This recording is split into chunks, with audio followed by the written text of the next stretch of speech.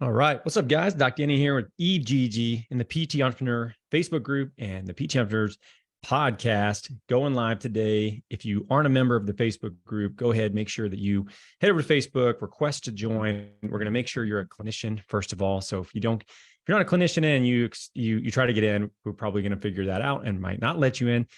So we just have clinicians in there, clinicians that are excited about growing and starting cash-based and hybrid practices. So today, what we're going to talk about is what you can do with no money to improve your customer experience. And really, when we look at why we're talking about this, it's because there's two parts to your business that are going to drive what we consider like virality. So one of the first things I want to see with any new business, and I was just talking to a guy that had started a marketing company earlier this week, and it's been a few months that he's been in business.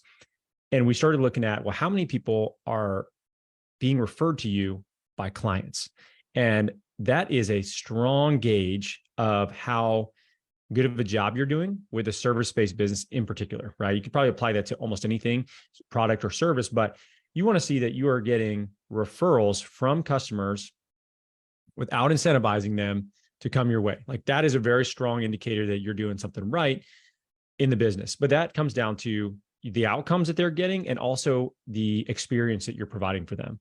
And what we find is you can actually get great outcomes, but your clients not be super excited about your service, and they're not going to stick around and they're not going to refer people your way.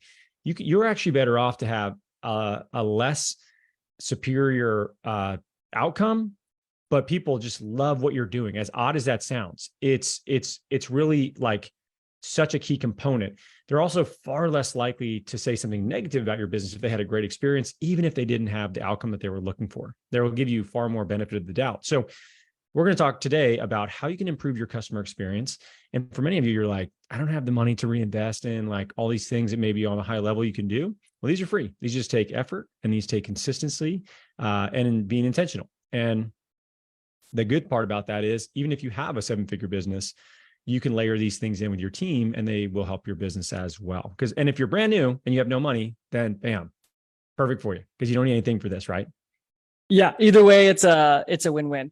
Yeah, I mean, it's so important. Like we took it, I think, for granted in the beginning, but now with the data points that we have, right, 250 plus people, I did a pretty deep dive on marketing and new leads in the mastermind when I kind of built that 90-day marketing sprint to really figure out what was going on. And what we realized was over 50%. It doesn't really matter like what stage of business they're in.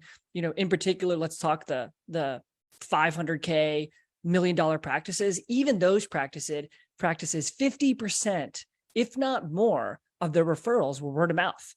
And so it just shows you that, like, again, no matter what stage you're in, like you said, in particular, if you're early on, like it's just a key component, in my opinion, to growth. So, hopefully this one's going to be of a lot of value because I think these are essentials. And sometimes you may take them for granted, even if you're in bigger practice, like you said, like, oh man, I do these things naturally. Why aren't my other clinicians doing good at it? Well, it's like probably because you just haven't trained them on some just simple things that you probably do naturally. And, guess what? If you just give them a couple little tidbits, that could be huge. I'm not going to go off too much of a tangent, but I met with one of the PTs at Made to Move.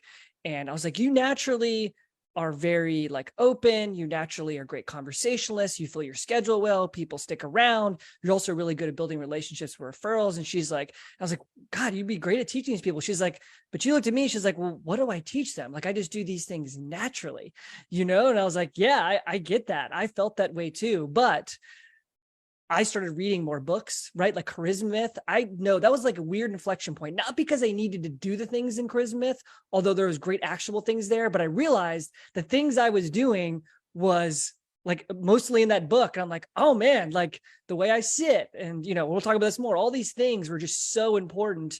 And I'm like, dang, like, that's awesome. Like I need to find a way to teach this to more people. Yeah. I mean, some people are they have very high emotional intelligence. In fact, a lot of clinicians, I find that there's 2 categories of clinicians. I would say the more dominant subset would be like people, personalities. They're like people, whatever, where they do really well with engaging and communicating with people. They feel very empathetic towards people and the injuries that they have and the things that they're trying to work towards. The other subgroup is people that are more analytical. They're more sort of like scientifically minded. They love the research side of things typically, and the protocols that they can develop. And they tend to actually be a little bit less effective on the customer experience side, but yet they might be actually better on the outcome side because they're very thorough. And and I think everybody's probably had interaction with medical providers of both sides of these, right? So, and there's pros and cons. But if we're looking at the customer success side, yeah, that book, that's one of my favorite books that I've ever read. Like, it just, and as you read it, you're like, oh, that's what that's called, right? Like, some people will naturally, like if someone sits and they cross their arms, then you cross your arms, and you may not even realize you're doing it, but that's called modeling or mirroring. And all that's doing is just like associating something similar with somebody else to feel a similar, to make them feel more like similar and increase your likability factor. Like, that's what happens subconsciously when we look at body language. So I'm not saying that like that's obviously the only thing. There's lots of things you can do, but some people might do that naturally. And you can systemize some of these things. You can start to engineer some of these things as you start to train people. So this really comes down to, just understanding what things can you do to really help improve your customer experience. We assume that if you're interested in going to business for yourself, or you've already done it, you probably clinically have to be pretty confident in order to do so. And if you're not, that's a tough place to be, right? It's like, oh, I'm going to learn how to be a business owner, and I'm going to learn how to be a better than average clinician. That's not that common that we see that. We'll see new grads do that sometimes. And it's a struggle, I think, for them to do that early on. But we assume you get the clinical box checked. This is going to help you on the actual like experience side, right? And again, these are free. So I'm going to start with the first one. It's so easy. It's so easy. Anybody can do it. I'm going to do it right now, Yves. I'm going to use your name more. And by doing so, you see, I weaved that in there. By doing so, there's many different references for this. The Charisma Myth talks about this, but there's a very well-known book called How to Win Friends and Influence People. And it's funny, like one of the key takeaways from that is that everybody's favorite word is their own name, right? So don't obviously use their name in every sentence that you possibly use, because then it's very awkward. But to use someone's name, and here's a great example. If you're front desk, and this is an unfair advantage, they can look and see who's coming in. Like, it's not like they have to remember hundreds of people. They have to remember who's coming in at that time and what time, who they're working with, and they get a chance to use their name when they come in. What's up? Hey, Sarah, how's it going? Come on in. You need anything? And if you can do that, and the clinician does the exact same thing, they're like, hey, Sarah, have a seat. Whoever's going to be down in a second, they come down and like, Sarah, what's up? How was your weekend? Like, you've just used their name twice. It doesn't seem like it maybe is that big of a deal, but to that person, it means that you know them, you know who they are. If you're not just a number to them. And in most medical experiences, healthcare experiences, they don't know who you are. When I was in the Army, you didn't even know who your primary care doctor was going to be. They moved so much, they rotated you so much, they would have no idea who you were, and you would know who they were. Talk about a lack of continuity and having to rebuild trust with people and things. Like, we get a chance to really do much better than that. And using somebody's name is absolutely free and easy to do. You just got to remember to do it, and remember to train your team to use it in a very intentional way. Yeah. I mean, as you were saying that, when somebody walks in your door, I feel like, what a big difference between, hey, you can have a seat, to, hey, Sarah, have a seat right there. We can't wait to see you. Like, just that little difference, I think, goes such a long way. Because again, it's just so many, like, at this point, experiences, whatever. I'm almost 41. I feel like more experiences. But I remember some guy telling me, pretty old, by the way, no offense, but that's like, it went, my kids, I remember when I thought 40 was ancient. I was like, you're a 40-year-old man. You remember the Oklahoma State coach that he's like, I'm a man, I'm 40, right? Like, he's like telling him not to like pick on these like players that he has, like the media, and they're like, yeah, bring it to me, I'm a man, I'm 40. Like, that's you, dude. You're a I Oh, am. man. I beat your son in 007. He's like, I just lost to a 40-year-old. This is like the worst day of my life. I remember that specifically. Oh, yeah. He wasn't right for days. Well, anyway, so I remember being it was like an impromptu kind of like coach the coaches session, and a guy was coming in and he said these specific words. I've heard it 1,000 times since, but he's like, people don't really care like what you do for them in the session or kind of what you say in the session. What they care about, what they remember is how they feel when they leave.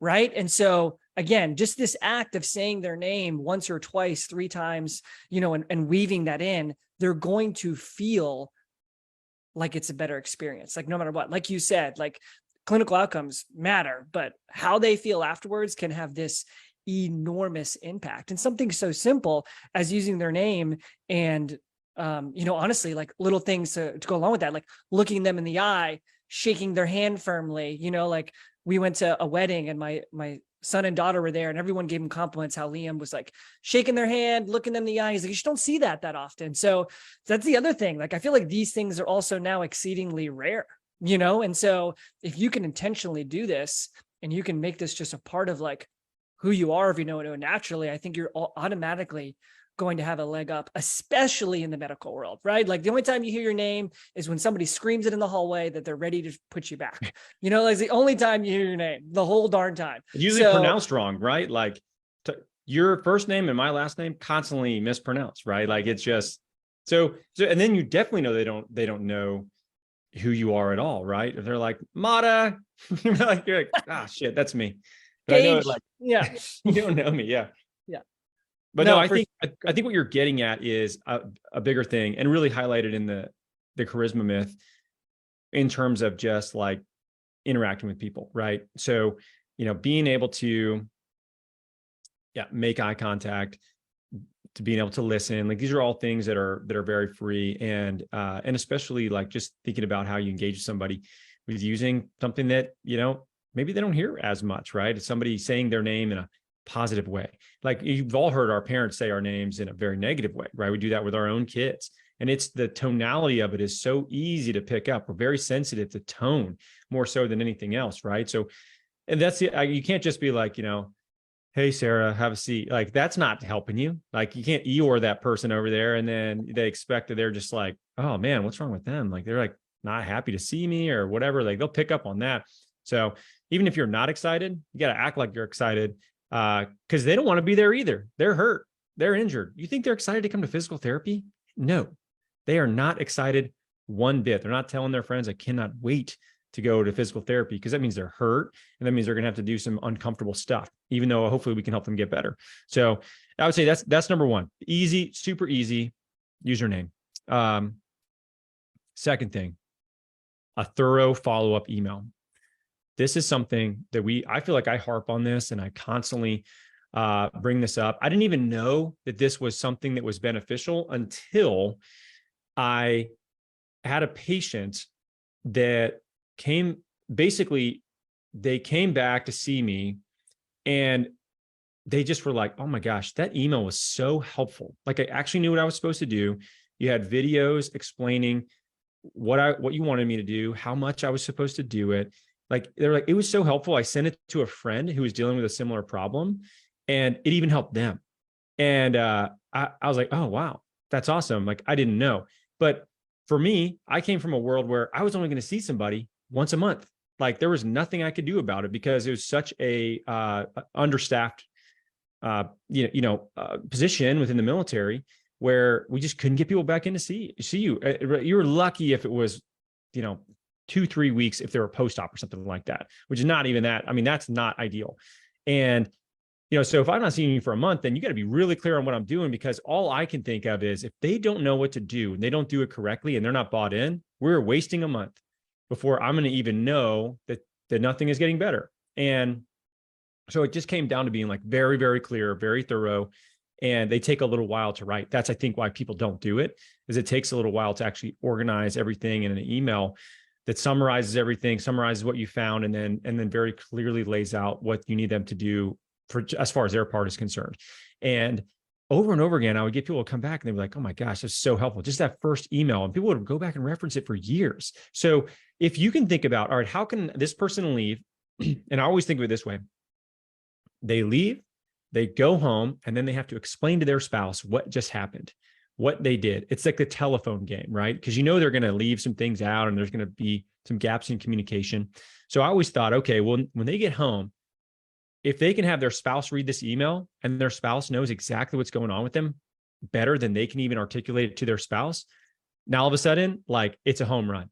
Like, it is such a clear way for them to know what's going on. So taking the time to really summarize the visit, summarize what's going on, what the clear path is forward, and what you need them to do until they see you again next, not only is one of the better things you can do from a customer experience standpoint, but it's frankly one of the better things you can do from an outcome standpoint, and making sure that they are bought in on what you want them to do, and they're going to actually do it when you're not around.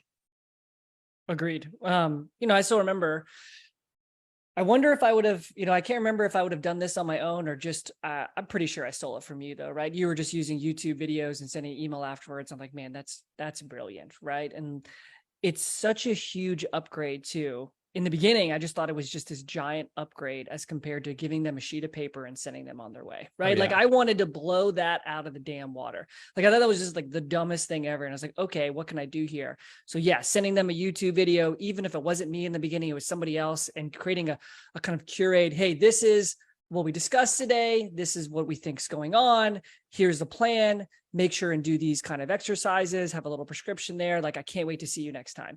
I think it's like, it takes so little time, and the possible effect of that is massive.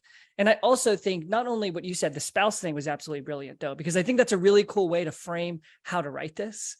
But secondarily, it's also like, how do they feel in that week where they're not around anymore, right? Like, how do you keep them engaged? We know about this right now, right? How do you keep people engaged long-term so they continue to see the value of seeing you on an ongoing basis? And that email is amazing, right? Like, they hopefully feel excited afterwards. Like, cool, I've got a plan, but they go home, life happens, blah, blah, blah. So any extra touch point to actually get them to hopefully do the thing you wanted them to do, as well as continue to feel like they're getting a lot of value. Like, again, there's the bonus points involved with that are massive compared to the time put in. Yeah. And, a lot of that actually came from when I was working for the Tourette's, when I was working at Mobility WOD. I remember talking to Kelly about the research that he did when he was in PT school. And it actually, it wasn't like movement and whatever the stuff he's talking about. It actually was like patient compliance. He did research looking at how you can best have patients that are compliant. And one of the things they looked at was how effective are handouts, and what they found was, I forget the percentage, but not the vast majority, a significant chunk of people just lose them. Like, they just literally they just lose them. So, and also, as I was getting into my clinic, I was like, well, I'm not going to print a bunch of stuff out. I didn't even have a printer to do it. Right. And what we started doing with these videos with Mobility WOD, when Kelly was sharing all these videos, what I would do is I would go through and I would timestamp videos for people of what I wanted them to do based on what he was doing. And it started to get really challenging because people would get off track. I would be like, watch from this time to this time. And next thing I knew, they were like watching all this other stuff, and they would come in and they would be doing all these other exercises or stuff that he went over. And it would really confuse my patient about what I actually want him to do. So then we started to build a database of all of our own exercises, which is very common, I think, for people to do now. And if you're not doing that, very much worth doing. You can go and just start building a YouTube bank of the exercises that you want people to do. And it's you and your staff, and it's branded, and it's explained the way that you want. We have tons of people that use our videos for their own clinics, which, who cares? Like, go for it. That's awesome. Like, I hope they're helpful. But we just want to make these individual ones for that. And I don't think we really thought it would be that helpful or would be that much of a differentiator with patients, but it absolutely is. Like, it makes such a big difference. And especially if you can say, hey, don't worry about trying to remember everything I said today, because I'm going to send you an email that's going to have me saying the same exact thing in a video that you can watch as many times as you want after you get home. And if you have any questions, you can just respond right back to me, and I'll get back to you on whatever question you have. But for them to feel comfortable, like at the visit, where it's like, hey, pressure's off you. Don't worry about remembering everything. You just remember why you're here and what's causing this and what we need to work on. And then we're going to fill in the rest. So like that comes down to, just being able to follow up with something very concise and making sure that when they get home, they feel confident that they're in the right place too. Not just the experience they have, but man, the outcome is just like light years different whenever they're actually bought in on what you have to say and they're following the right things that you want them to do.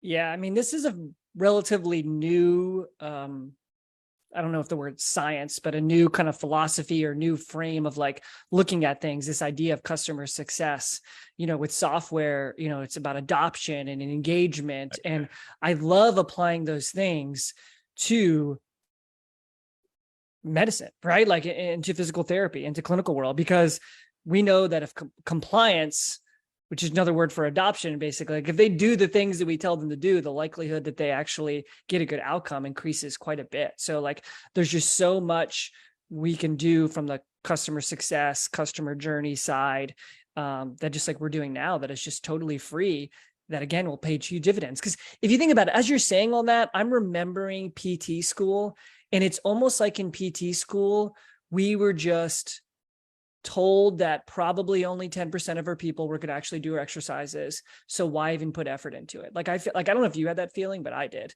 like, that's just what they said. It's like, probably nobody's going to do this, do the minimum amount. Some will, probably most won't, like, it'll be fine. Like they need to come in 3 times a week, and that's when they get their dosage, and it doesn't really matter. And so, I feel like we threw in the towel, you know what I mean? So like, once you move into this performance-based cash practice, hybrid, whatever, it's like, now this stuff becomes almost essential. It's almost like flipped it up on its head, which is what I really enjoyed. So now the focus could be on adoption, customer success. And I was like, that excited me, as opposed to, all right, you might or might not do these. Like, all right, see you later. Like, man, that kind of sucked, having that outlook going to the clinic. Yeah, we get jaded. I think everybody so this is the challenge with those environments where you don't have a lot of compliance. Like I remember I worked with what's called a warrior transition unit, which is basically people that are hurt, that are active duty, that are going through a medical board process, meaning they're getting discharged from the military for medical injury purposes, many different kinds. Like this is just, I was working with the people that had like musculoskeletal problems, amongst other things, right? Like there's just all kinds of crazy jobs that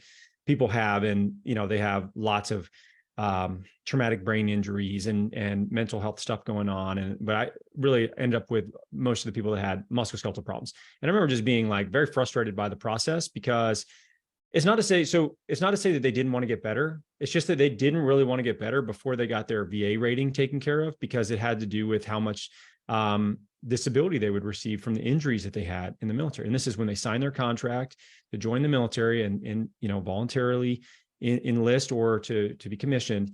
You sign a contract that says, listen, if you get screwed up while you're in the military, then there's a rating system assigned to that, and then they'll have healthcare for that, and they may have some sort of money they get every month associated with it. So when you're going through this process, it's like, well, yeah, I want to feel better, but I don't really want to feel better until after I've been rated. So there's this like thorough rating process, very similar to like somebody going through personal injury, right? Where it's like, yeah, I want to be better, but not till the case settles, right? Like I don't want this to be going forever, but I also don't want this to affect what I might be able to get from this compensation.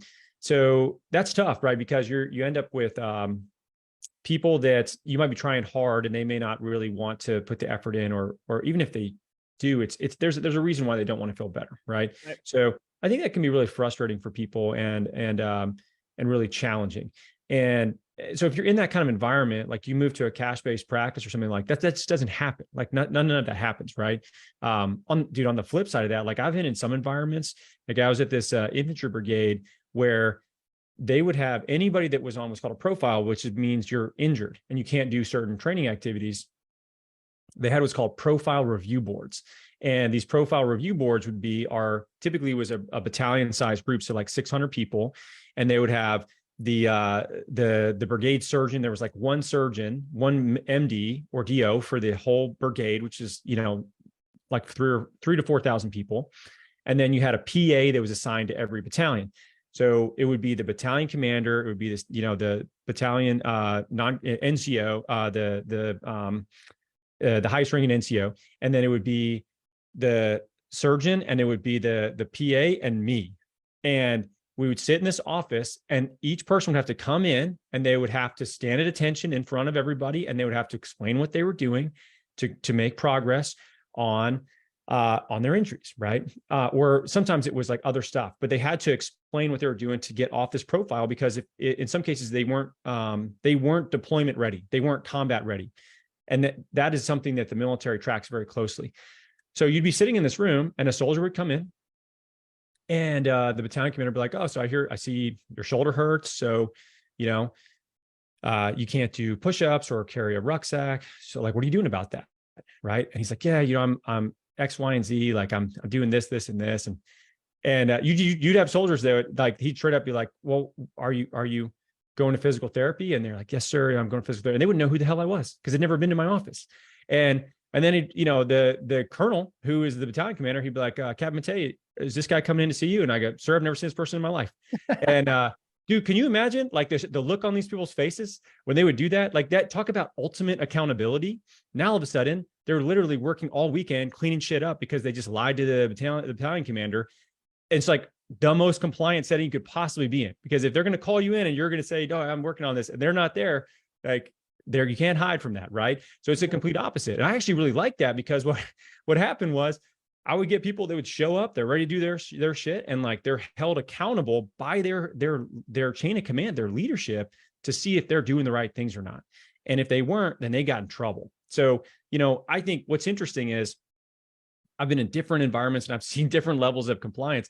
The best compliance, though, is internal compliance from the patients that we get a chance to work with in a cash-based setting, because they're there because they want to be there, or they're not there because they're being forced to be there, or that they're like forced to be there but don't really want to get better. So it's such a better environment to be in, and the compliance level is way better. But also it's better if they know what's going on and they feel comfortable when they leave, because they're going to forget a lot of the shit that we say. So it's just such a simple thing that people can add in to make sure that they're summarizing things correctly and getting the outcome they want. Yeah. I mean, it's a difficult transition too. Like we see it a lot, people that go from, seeing 15 plus people a day. And then now all of a sudden you're seeing 5 to 6 people a day, and like how to build structure around that, like the kinds of patients that you see. And so, I love having these conversations because it gives people a really good idea of kind of the difference in setting, which can be, it can be tough, right? Because you kind of go from a focus of like, obviously reimbursement and kind of triaging, which is a skill in of itself, multiple people, to now like, I got an hour, like it's got to be very focused. This person is motivated. They expect a lot. They want a lot. And so, that's why I just want to be helpful, because, in the end, just like we said, this kind of customer experience, client success principles, I think can be a huge difference maker as far as your practice, really growing, because I definitely know a lot of good clinicians who are great at programming and rehab and the science, but have a lot of difficulty growing. And it's mainly because these things don't come as natural. 100%. 100%. Third thing, again, totally free, is punctuality. I have a obsessive compulsive problem with punctuality. You've gotten better. Listen, slightly. I don't get as anxious and frustrated when I feel like I'm running late for something or about to run late for something. It's very rare that Matei show up late for anything. It is something we physically try to be somewhat late to things. Like you don't want to be the first person to show up to a kid's birthday party. Yep. You don't want to do it. So we will intentionally try to be later, and we're still the first ones there. We cannot help it. Like, it's just what it is. We're like literally helping them set up. Oh yeah, well, I'll grab the cupcakes. No problem. Like, we're helping you set up the birthday party. So we just get places on time or early everywhere we go. Our kids are never going to waste other people's time. That is absolutely not going to happen. And I can tell you as a consumer, if somebody wastes my time, I hate it. And I'm not the only person that's like that. There's the vast majority of people expect that if you tell me, okay, I'm going to be seen at 1:00, that I should be seen at 1:00 or very close to 1:00. And I always felt like this was something that like a core value of ours. Like this is punctuality is a core value of ours. If like, for instance, we would always tell people, hey, if you come and see us and we say we're going to see you at 1:00, we're going to see you at 1:00. We have a tiny waiting room with 2 chairs that are uncomfortable. We don't expect you to sit there very long.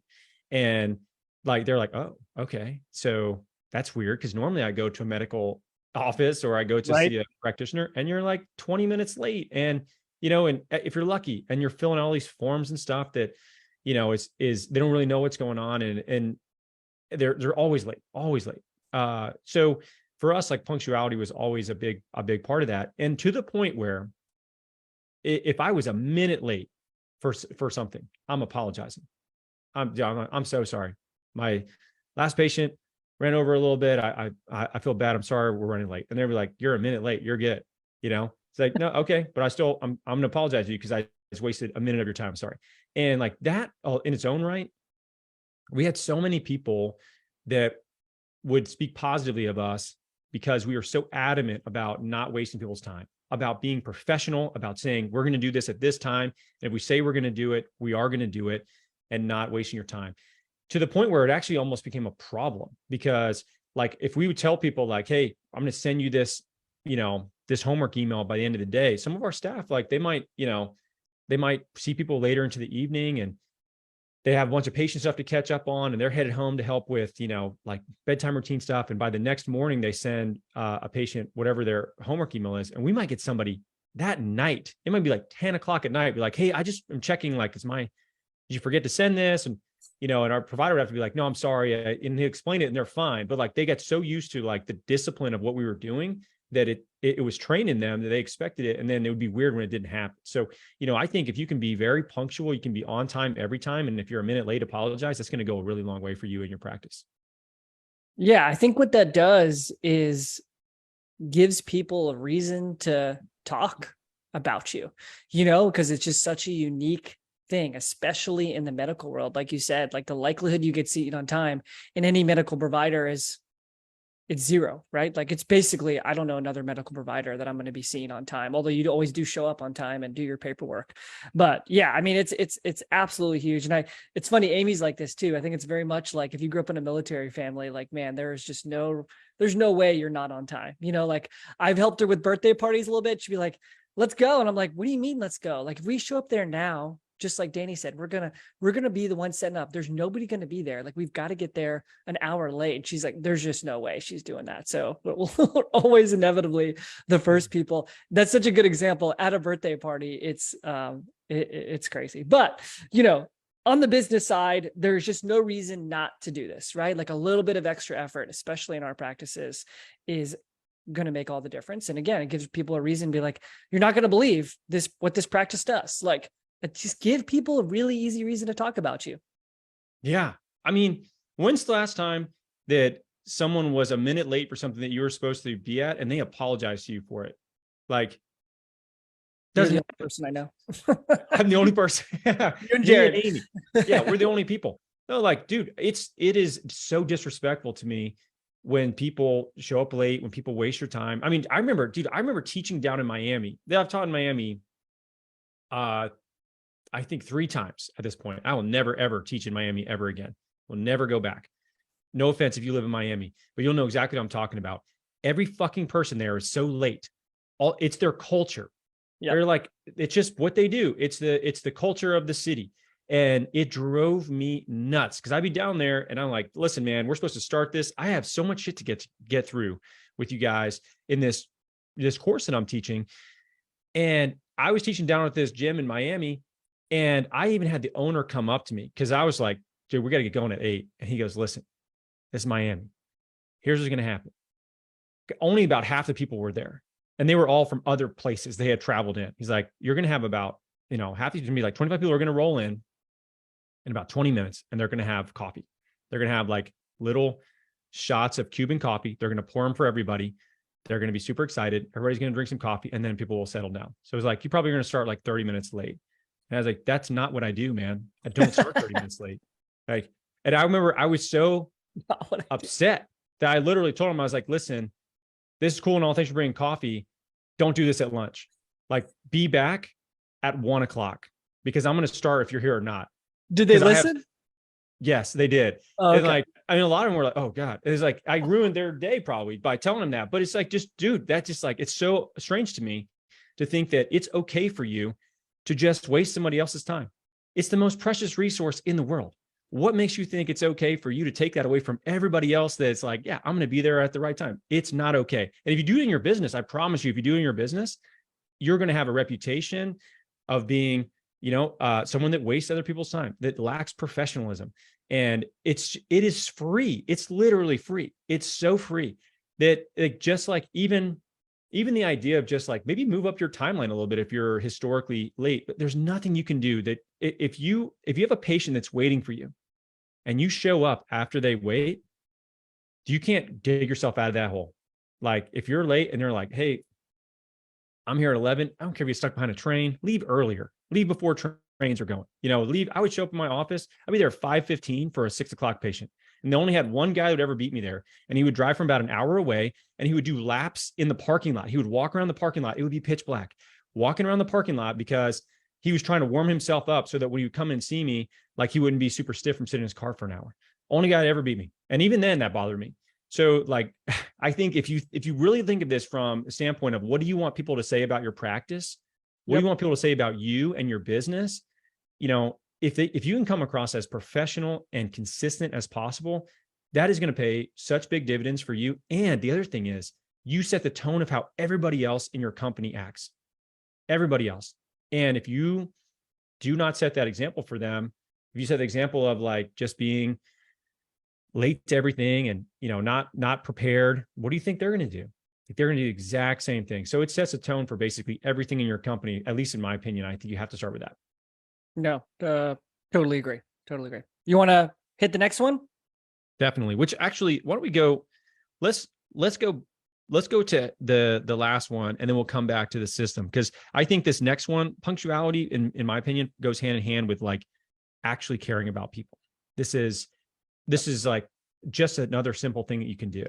And this is where I think people in a cash practice, it's harder than they think. The volume is not the same in terms of number of people you're seeing. The amount that you are paying attention, the amount that you're present and you're actually listening to other people, I think is actually far more. I could cruise through the day with 20 people to not, whatever, check the box on stuff, not really be like super present with these folks. And it was more like being a waiter and kind of managing a bunch of tables versus when you're in a cash practice and you only have a few people and you're spending a considerable amount of time with them, you are actively engaged with them. And mentally, I think it can actually be fairly hard for people that are not used to that because you can't coast. You got to be there and they can tell if you're not. And it really comes down to the, I call it your give a fuck factor. How much do you actually care whether this person gets the outcome that they want or not? It doesn't have anything to do with money. It doesn't have anything to do with compensation in any way. It doesn't have anything to do with what your business does. What it comes down to is how much do you actually care whether this person gets better or not?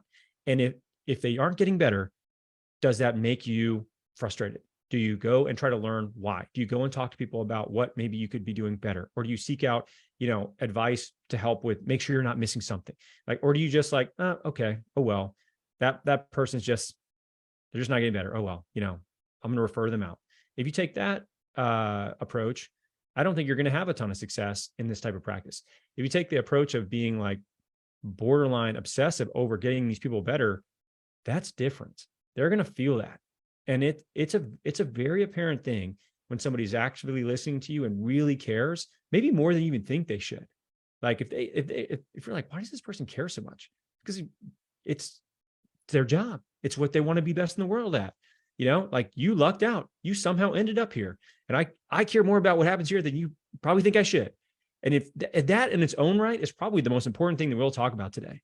And there's no amount of coaching I can give somebody on that. That's an internal thing, whether you take pride in your career or not, and if you don't, you're probably better off not to open a practice. And I really think, I know this is something that you can't fake. Like you've got to, like people are really smart. Like we're literally, you can go look at some of the, paleontological, anthropological data on this, but like we're in tuned to people's facial movements, engagement level, like, we can really pick up. And if you're not doing this and you're not actually, like you said, just borderline obsessive about making sure that this hour is like one of the best hours of their day, and you're really truly trying to solve the problem, like it's going to be almost impossible for you to grow, and it was, I think it still is probably one of the harder transitions that I had to go through. And I think other practitioners as well. Again, going from 15 to 5. I love the waiter analogy. Like, you're physically exhausted at the end of 15, but at the end of the day, I wasn't physically exhausted. I was emotionally and mentally exhausted, because we would be talking about such in-depth problems in some of these sessions, like we would just get into some pretty deep stuff. And I know you saw some of that, well, especially some of the people on continuity programs, but we're now to the point where we're made to move. Like, we're catering our sessions.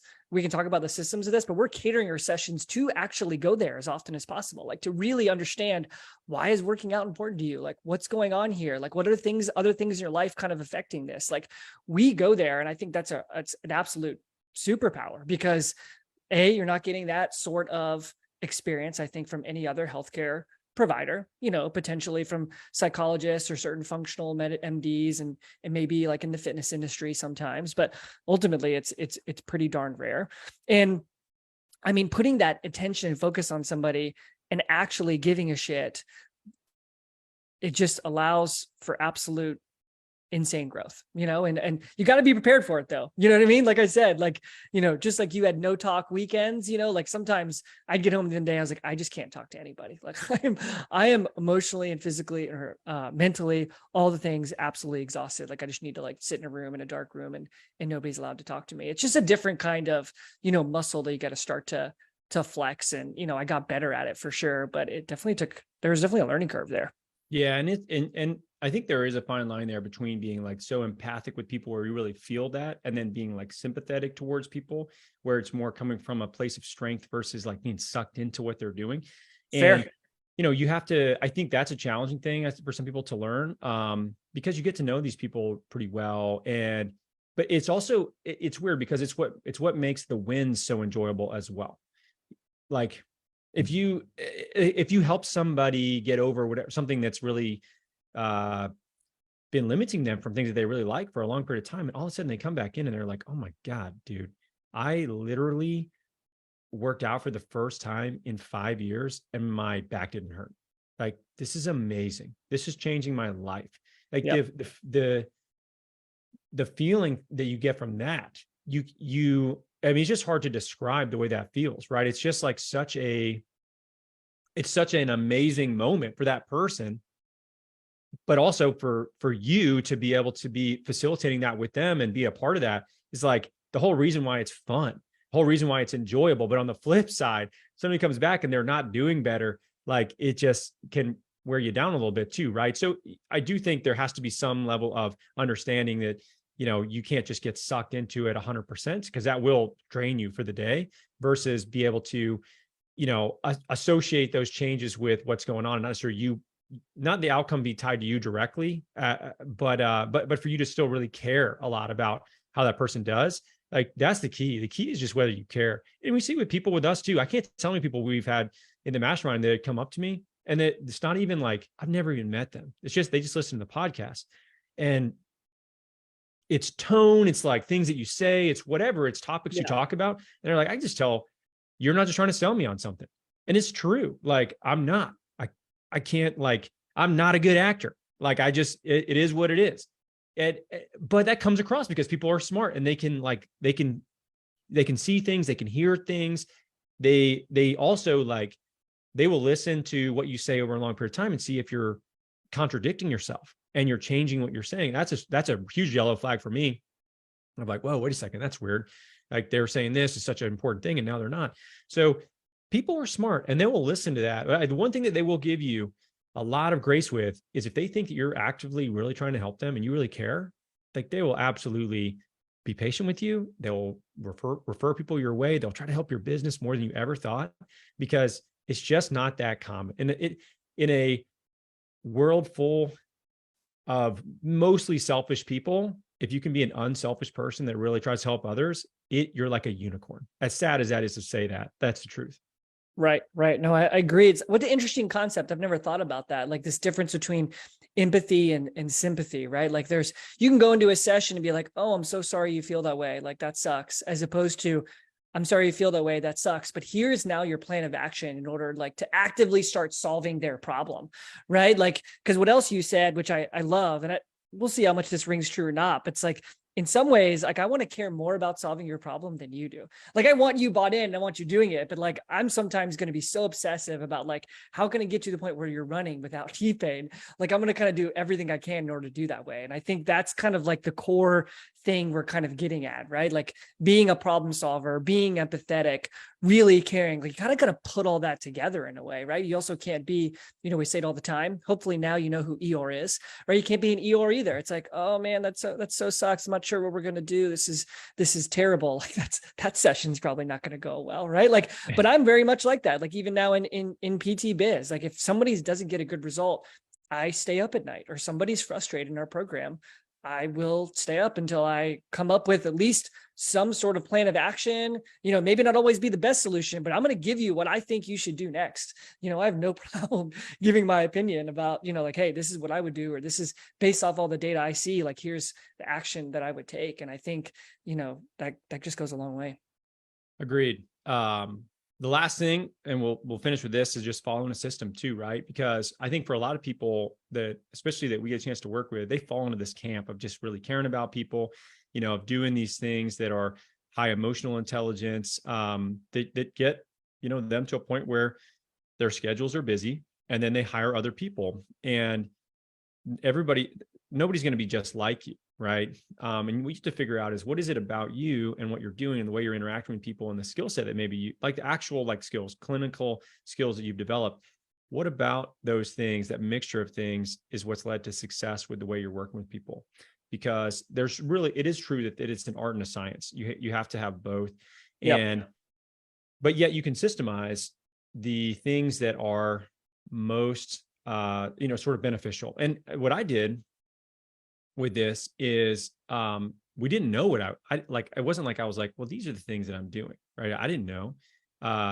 And we actually had our office manager, when we hired her, she like sat in the office with me, doing me seeing patients.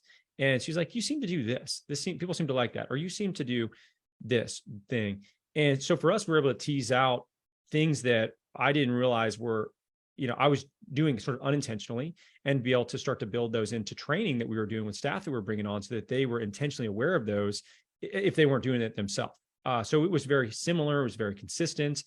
Even sometimes it went so far as to where like our verbiage was so similar. It was like weird for people that had like seen me and then ended up working with another provider. They're like, oh my God, they still like they say things the same way that you say things, like tone and all kinds of stuff. And so like whatever, for better or worse, like that happens sometimes as well. But following a system can really help scale past yourself. But it also helps set your providers up in a way that they're going to be able to have success as well.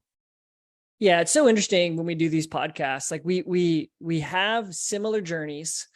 We've come to similar conclusions, but in different ways. Like I would have never thought to do something like that. For me, the inflection point was so much of this, and so much of being, entrepreneurial and learning about marketing and sales. Like at some point you get to, we talked about this, but in a different way, like you get to see the matrix. When I read Charisma Myth, now I notice when mirroring's happening. Now I notice when people are doing these things. Before I didn't.